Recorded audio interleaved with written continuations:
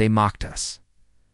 When we first stepped onto the galactic stage, they laughed, called us emotional, primitive, said we were nothing but apes' hood. Learned to play with fire.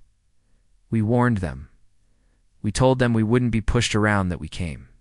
In peace, yes, but not in weakness. We asked for respect. And when they laughed again, we stopped asking.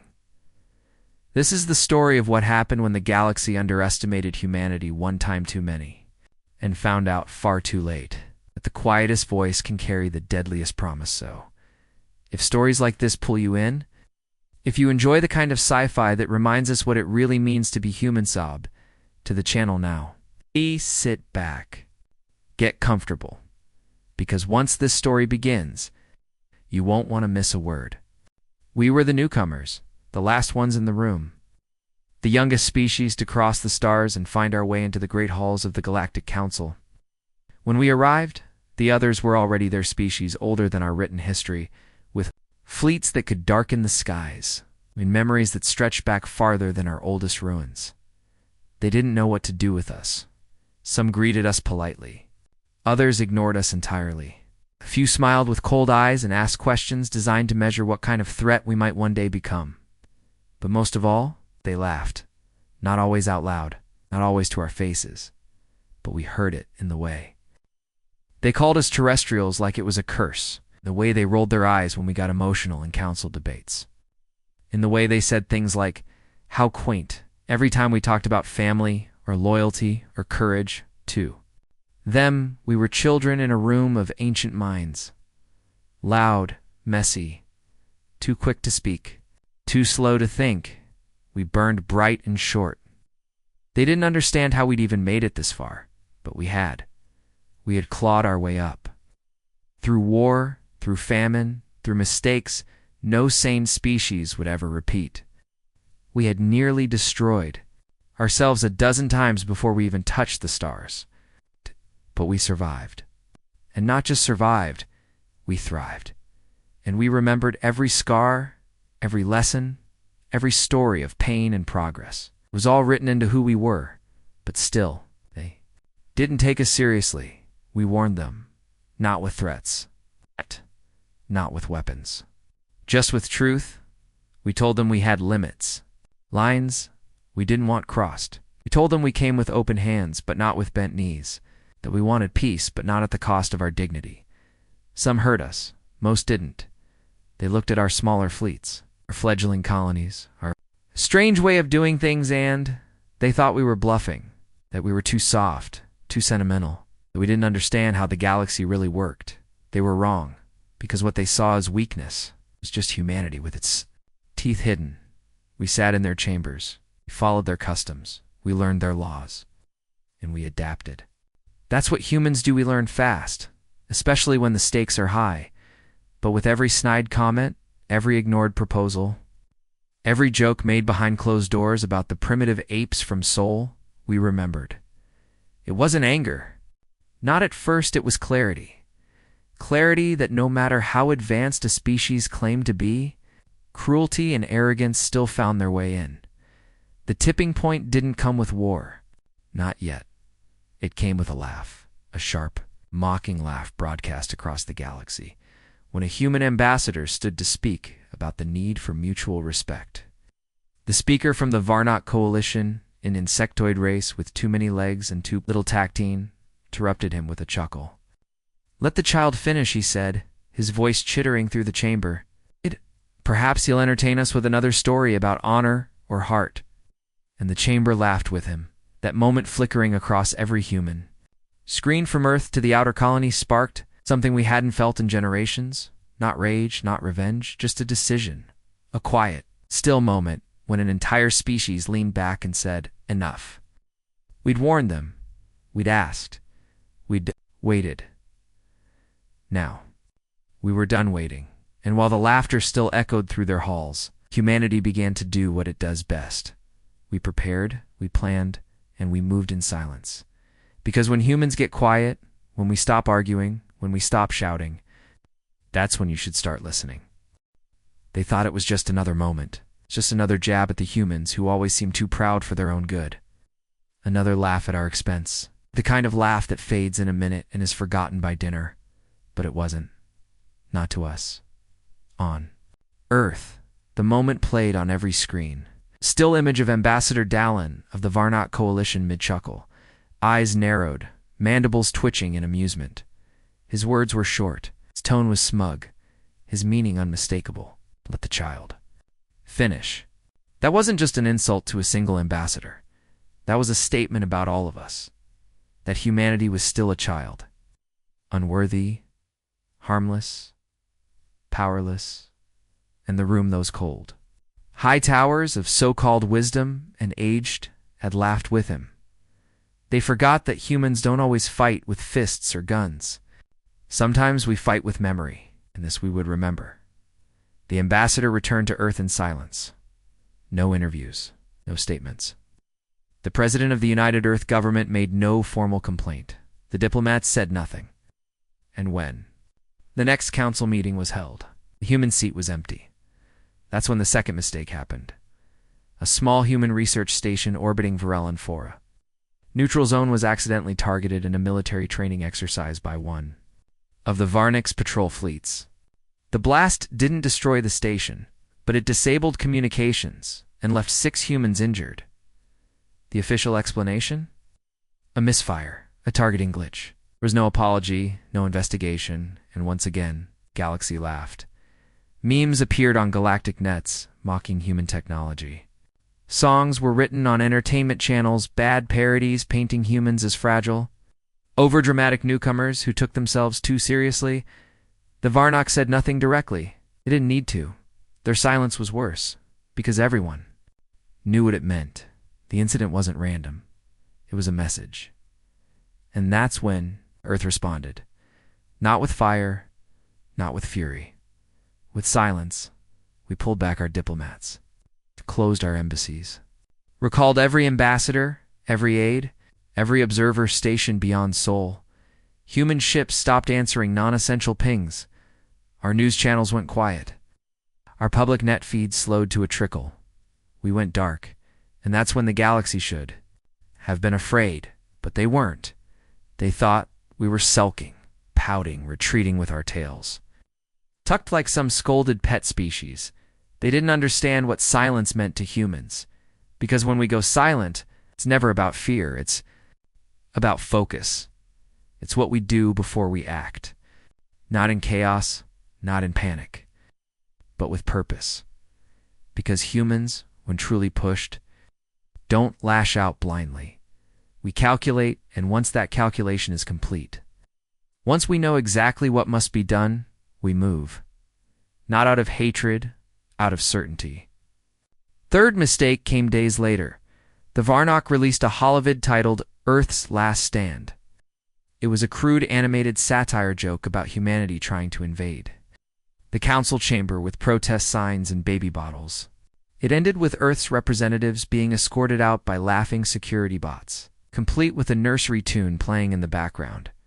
The video went viral across 3 star systems. We didn't respond, didn't argue, didn't release our own satire. Didn't file charges, we just watched and waited. Because we knew something they didn't. We knew that what they had done wasn't just disrespectful, it was irreversible. They had made it personal. And when humans take things personally, we don't forget. The silence continued. Earth didn't speak, but it was moving. New satellites were launched without fanfare. Civilian traffic on Sol's outer edges was rerouted for routine maintenance. Trade convoys were quietly redirected. And something built-in secrets slipped out of Mars, shadow, and into deep space. No name, no lights, no trace. The galaxy went on with its jokes, its parodies, its false sense of superiority, and they never noticed the storm forming behind them. Not yet. Because there's one thing you should never forget about humanity. We're patient. Not because we're slow, because we're precise. And when the moment finally comes, we never miss. At first, they thought nothing of it. Human embassies were dark. Earth's representatives had gone home. Trade routes involving human freighters were either rerouted or suspended entirely. Communication lapsed. Messages sent to Earth went unanswered. Galactic. News stations speculated endlessly, but no one had a real answer. Some said Earth was regrouping. Others claimed they were sulking. A few of the more arrogant species believed it was a sign that humanity had learned its place. They couldn't have been more wrong, because humanity wasn't retreating. We were preparing, you see. When humans speak, when we debate, when we raise. Our voice is it means we still believe there's a chance for peace, a path forward, a solution. But when we go quiet, that's when the hourglass is turned, and the rest of the galaxy, too confident in its own assumptions, still chuckling behind closed doors while Earth moved pieces into place. On the far edge of our solar system, dark stations powered up for the first time in years. Defense satellites pivoted ever so slightly, well as if adjusting their gaze toward a future only a few could see. There were no grand military parades, no public speeches. It's just small things, details so subtle that most never noticed. A change in orbital traffic patterns, silence in the chatter of once busy colonies. A soft hum beneath the surface of Earth's moon that hadn't been there. The week before, to most it meant nothing, but to those who'd seen war, real war, it was unmistakable. Veterans from alien species who had once fought, beside humans or against them, began sending quiet messages to their leaders. They're going quiet. That's not a good thing. You don't understand what this means. I've seen it before. Shh. Start preparing your defenses. Now. But the warnings were ignored, because the galaxy had never truly fought humanity. Not at our full strength. Not when we were united. They'd seen glimpses during border skirmishes and pirate chases, during plague outbreaks where human medics ran toward danger while others fled, but they hadn't seen us angry. They hadn't seen us focused until now. The Varnock, still flush with pride from their mocking broadcasts, continued as if nothing had changed. Their politicians smiled during interviews, saying Earth would come crawling back once it realized how small it really was. They held that belief right up until the moment their long-range communications array in orbit of Varnock Prime failed. No explosion, no warning, just silence. And then the deep space beacon on the other side of their system went dark too. One by one, their systems blinked out like dying stars. No signatures, no weapon trails, no invaders on radar, just nothing. It wasn't a hack. It wasn't sabotage. It was a test. The first step in a demonstration of something the galaxy had never seen before. Earth didn't come with ships in formation. It didn't come with banners or battle cries. It came with silence and a message delivered not through diplomats or public addresses, but through absence. The council finally began to worry. Whispers floated through their great chambers. Species that had once been eager to dismiss humanity now spoke in hushed voices behind sealed doors. What if they're really planning something? Surely they wouldn't risk war over a few words. We underestimated them, didn't we? Still, Earth said nothing. That, more than anything else, became the most terrifying sound in the galaxy, because we weren't negotiating, we weren't bluffing, we weren't asking for apologies. We were simply watching who would take us seriously, watching who would keep laughing, and watching the clock, because Earth doesn't rush into action. We choose our moment, and when it comes, we don't hesitate. We don't broadcast our arrival. We just arrive. The skies over Varnock Prime were clear. Their orbital stations drifted peacefully. Their capital city sparkled beneath a crimson sun, and their defense systems hummed with artificial precision ready, as always, for any lesser threat the galaxy might throw at them, but not for this. Because this, they never saw coming. At exactly O Galactic Central Time, something shifted in the outer edge of their star system. A distortion, a flicker in space. No explosion, no hyperspace signature. No energy spike. Just a presence. And then it was there. A ship, black as space itself. Smooth, seamless, silent. It didn't announce itself. It didn't transmit identification. It had no visible weapons, no markings, no trail, just an impossibility sitting above there. Most fortified world, the Varnock defense grid scanned it. They got nothing. No heat signature. No hull composition. It's not even a mass reading. Their sensors reported static. Their ships floated in orbit. Blind. Commanders barked orders. Fighters launched, cannons rotated, shields raised, and the ship did not move. Then, without sound, without warning, every single system across their fleet shut down. Engines stalled. Lights went dark. AI interfaces froze mid-sentence. Entire starships bristling with weapons and technology centuries ahead of Earth became floating coffins in the black. They tried to send distress calls. They failed. They tried to manually reboot. Nothing responded. And then, across every Varnock, screen-on ships, in stations, in government halls, a message appeared. Not a voice. Not a face. Just 6 words. We warned you. You laughed. Remember. The message played on a loop, translated into every known language. Then the power came back. One by one, ships powered up. Lights flickered to life. Consoles rebooted, but the ship was already gone. No jump trail. No warp echo. No gravitational distortion. Gone like it had never been there at all. For 2 full rotations, the Varnock said nothing. Their leadership went into hiding. Their fleets pulled back from every sector near human space. Their transmissions went dark this time, not out of arrogance, but fear. They'd seen something the rest of the galaxy hadn't, and now they couldn't unsee it.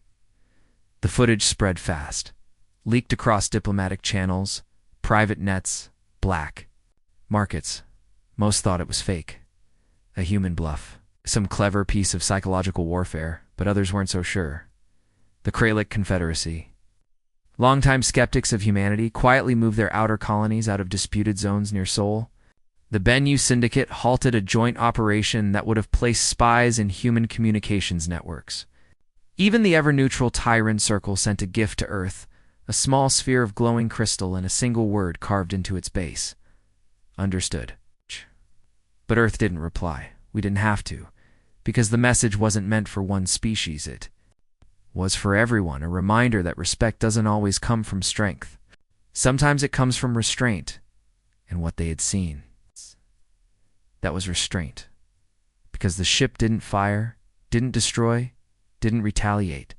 It simply showed what it could do, and then disappeared. That terrified the Council more than any weapon ever could. Because power restrained is power truly feared. And now, every species that had once mocked Earth's emotions, its primitive pride, its need for respect, suddenly remembered those warnings, not with shame, but with survival instinct. Because the galaxy had just learned something it should have known from the start. Humans don't bluff. We never have. We give warnings once, and if those warnings are ignored, we don't raise our voices, we don't make speeches, we arrive. The galaxy had seen invasions before. It had witnessed planetary sieges that lasted years, species wiped from existence in hours, weapons that twisted time and matter into something unrecognizable. But it had never seen anything like this. No. Ships filled the sky. The swarms of fighters blotted out the suns. The world burned. Instead, Earth moved quietly system by system, one name at a time, not to punish, to remind. Because this wasn't war. This was a lesson, and the galaxy would learn.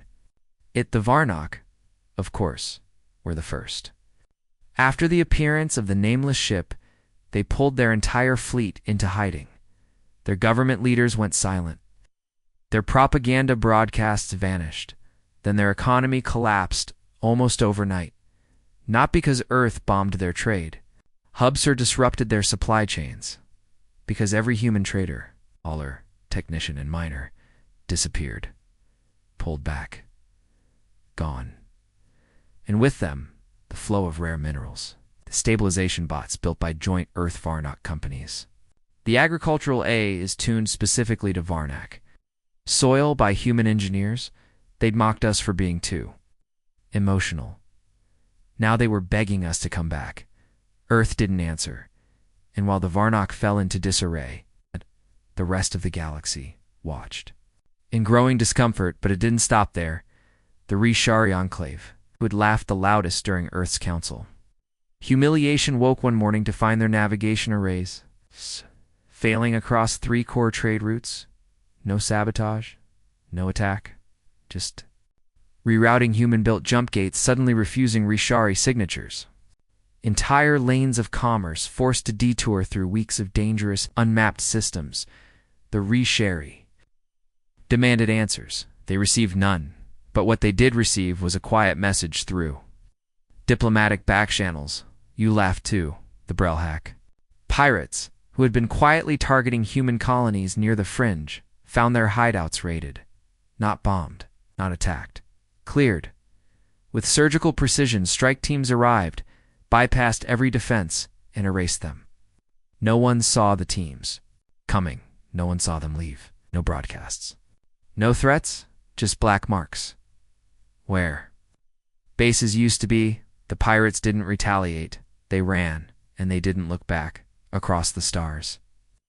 Species began taking stock of their words, reviewing old statements, archived broadcasts, public insults, made in jest.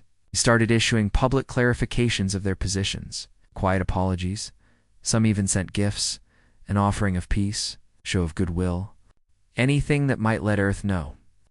They had changed their minds, because humanity wasn't responding to disrespect with violence. It was responding with absence. And absence, it turned out, was far more devastating. Earth didn't need to fight it. Simply withdrew. Withdrew its presence, its systems, its cooperation. Its silent influence in thousands of tiny places the galaxy hadn't even realized it. Depended on we weren't trying to conquer. We were showing them what the galaxy looked like without us, and that was enough. Because it turns out, in all their pride, in all their arrogance, the ancient species never realized how much they had already come to rely on humanity. Our adaptability, our innovation, our constant need to improve and share and connect, take that away, and things start breaking. Not in fire, in failure, in silence, one by one. Voices that had once mocked us began changing their tune. The satirical programs disappeared from interstellar feeds. The memes stopped. The mocking terms, Terran toddlers, Solborn screamers, Diplo babies vanished from public discourse. Now when Earth was mentioned, it was with pause, with caution, with respect. Because what we did wasn't revenge, it was restraint. And restraint carries more power than destruction ever could. In quiet circles, council aides whispered the phrase that had begun circulating in high-level meetings. They warned us. We laughed, and now we listened. It began as a whisper. At first, no one wanted to say it aloud, not in public, not on record. But in private conference rooms, military bunkers, and intelligence agencies across 100 worlds. The question lingered like smoke. What if Earth is more dangerous than we ever imagined? It wasn't a question of firepower. The galaxy had seen powerful species before, planets that could be split in two, empires that wielded artificial stars. This wasn't about weapons. It was about something older, something deeper, intent. Because Earth didn't react like the others. It didn't rally fleets or issue ultimatums. It didn't posture or escalate. Vanished. And then, piece by piece, began to unravel the very fabric of galactic dependence without ever raising a voice, and that terrified them. Suddenly, worlds that had nothing to do with the original insult began to panic. The Sierra Tribunal, who had long remained neutral in all things called an emergency summit. Their ambassadors admitted behind closed doors that several of their systems depended on Earth's designed cooling units for their reactors. Yes. What if Earth stopped supplying them? What if they suddenly failed? The Wren Collective scrambled to replace its Earth-based encryption services, quietly, desperately, not because they feared sabotage, because they feared silence. If Earth walked away, Entire communication networks could collapse. The panic wasn't public, but it was everywhere. Humanity had spent decades sharing knowledge, offering tech, building bridges. And the galaxy, smug in its superiority, had never realized just how many of those bridges were held together by human hands. And now those hands had withdrawn, and no one knew if they'd return. On the outer edge of Accord space, the mining world of Jinta 3 shut down entirely after its atmosphere regulators built with human components stopped responding. No warning. Ow. No explosion. Just failure. The company running the system tried to sue Earth. Earth never answered the claim, and the court dismissed the suit with a single note. You built your future with their tools. You broke the trust that kept them working. This is not a legal issue. This is a consequence. It's a phrase spread like wildfire, not a legal issue. A consequence that was spoken in newsrooms, repeated by diplomats, echoed in quiet meetings far from the lights of the council chamber in response. Dozens of systems began issuing official statements of solidarity with Earth, carefully worded apologies, recognition of oversights, flattery, disguised as diplomacy. But Earth didn't respond to those either, and the fear only grew. Conspiracy theories exploded, some said. Earth had developed mind control tech. Others whispered about a secret species, behind the humans, guiding their hand. Theories about ancient weapons buried beneath Earth's oceans resurfaced. One fringe channel even suggested Earth had never been real at all, that it was an AI-born ghost civilization designed to destabilize galactic society. The truth didn't matter. It didn't anymore. Perception had shifted. The punchline of the galaxy was now the unknown variable. The one species that had said only one thing followed through, and then said nothing else. No negotiations, no bragging, no threats, just the lesson. Delivered with surgical precision and followed by absence, even the most powerful species began. Looking inward, what if we're next? Did we ever insult them? Have we ever been on record? Mocking? Archives were scrubbed. Old broadcast records disappeared. Public statements were rephrased and reposted under different titles.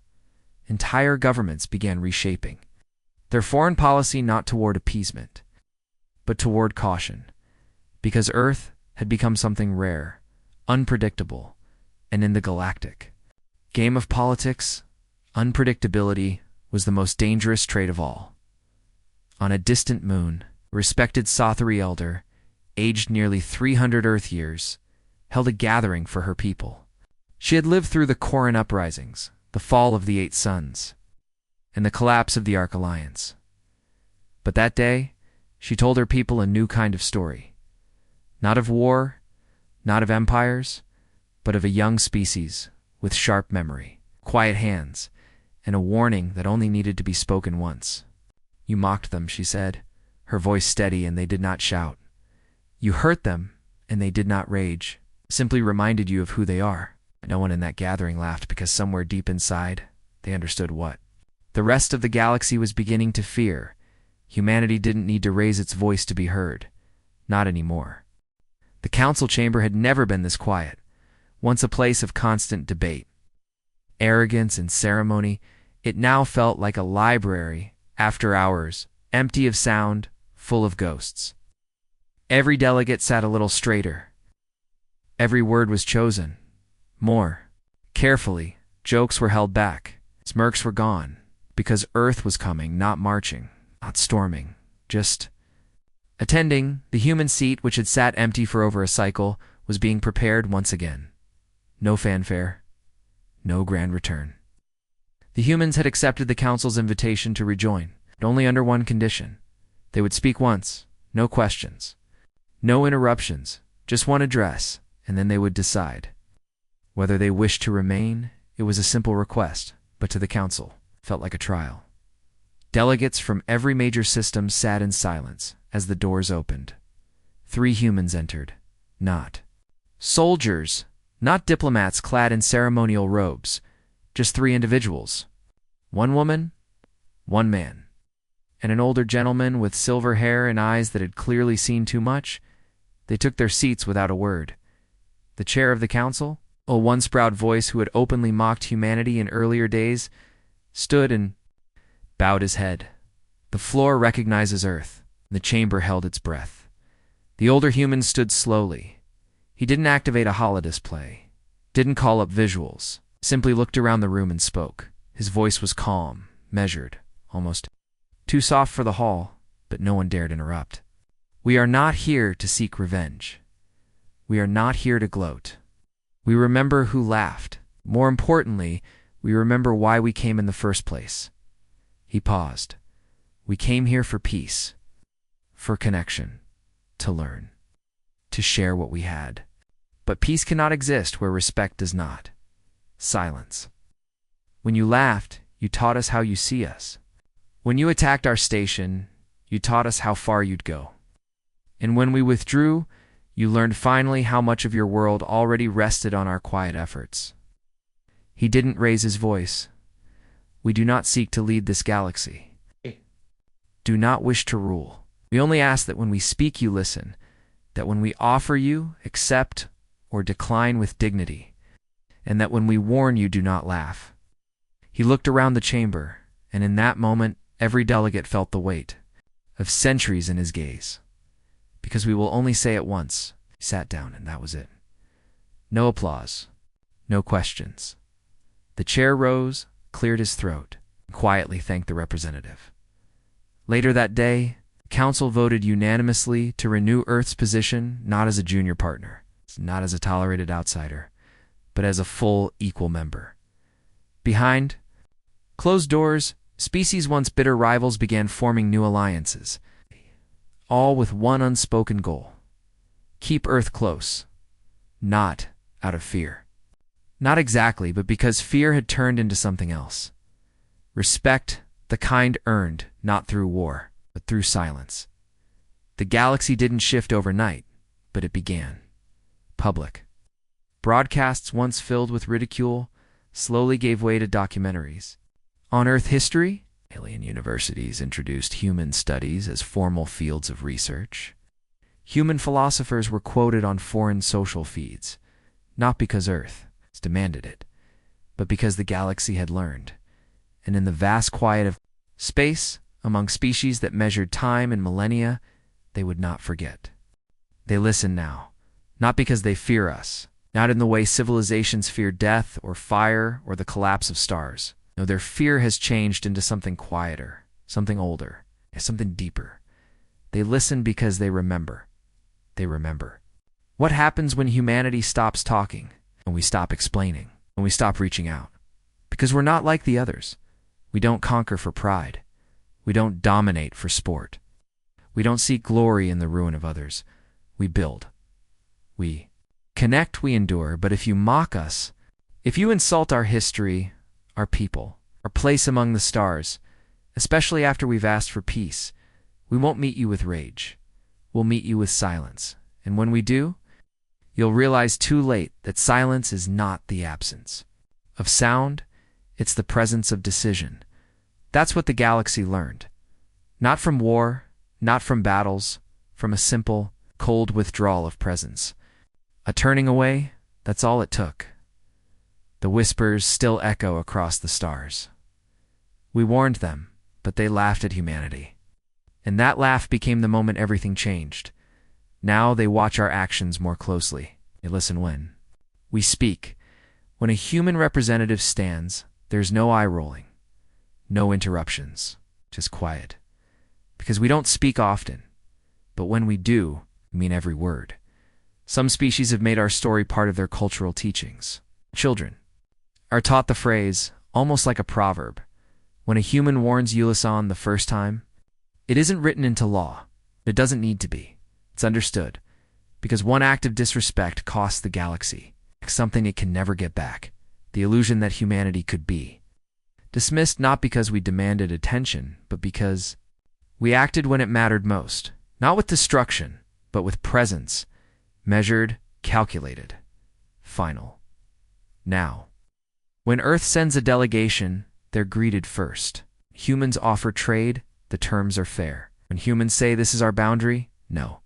One crosses it. Because once upon a time, They did. And the galaxy remembers what it cost. We didn't want to make an example. We only wanted to be seen, to be treated with dignity, to be heard when we spoke. And now we are. Not through conquest. Not through fire. Through memory? One moment, where silence spoke louder than any weapon. And that's the legacy we left in our wake, not of terror, but of clarity. We're not perfect. We still make mistakes. We still feel deeply, even when the galaxy tells us emotions are a weakness. But we know now that those feelings, loyalty, honor, justice, love, are not our weakness. They're our warning, and those who heard it too late. They don't laugh anymore, because the galaxy changed the day it stopped listening, and humanity changed the day we stopped speaking. But when we did finally speak again, just once, that was all it took.